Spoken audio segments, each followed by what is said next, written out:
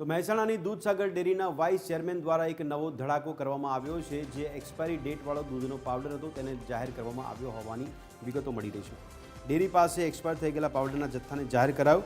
Dairy પાસે April 2025માં expire થયેલો પાવડરનો જથ્થો ચરાડા ગામના ગોડાઉનમાં રાખવામાં આવ્યો હોવાનો એક્સપાયર જથ્થો હતો। ડેરી પાસે પોતાનો જથ્થો છતાં અમૂલ પાસેથી પાવડર ખરીદવાનું કારણ શું છે તે સવાલ કર્યો હતો। વાઇસ ચેરમેન યોગેશ પટેલે આક્ષેપો કરતા સવાલ ઉઠાવ્યા છે।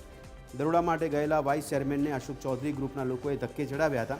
ફરી એક વખત વાઇસ ચેરમેન ઉપર હુમલાની ઘટના બનવા પામી છે।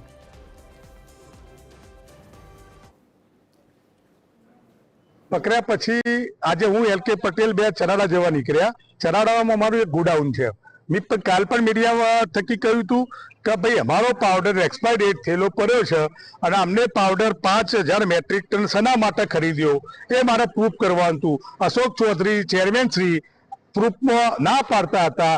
આજે ઓન પેપર ચરાડા ગામની અંદર જનતાની વચ્ચે યોગેશ પટેલે જાતે રેડ પાડીને એક્સપાયર ડેટ પાવડરનો ખુલાસો કર્યો અને એ પણ મીડિયા અને પત્રકારોને પણ ઘણા 2-3 પત્રકારો પણ આવ્યા હતા। પત્રકારોએ પણ વિડીયો લીધો અને મેં પણ જાતે લીધું। મારો શર્ટ પણ બગડેલો છે, ગોડાઉનમાં ખુલ્લું કરીને બતાવ્યું, મારો પગ પણ એવો છે।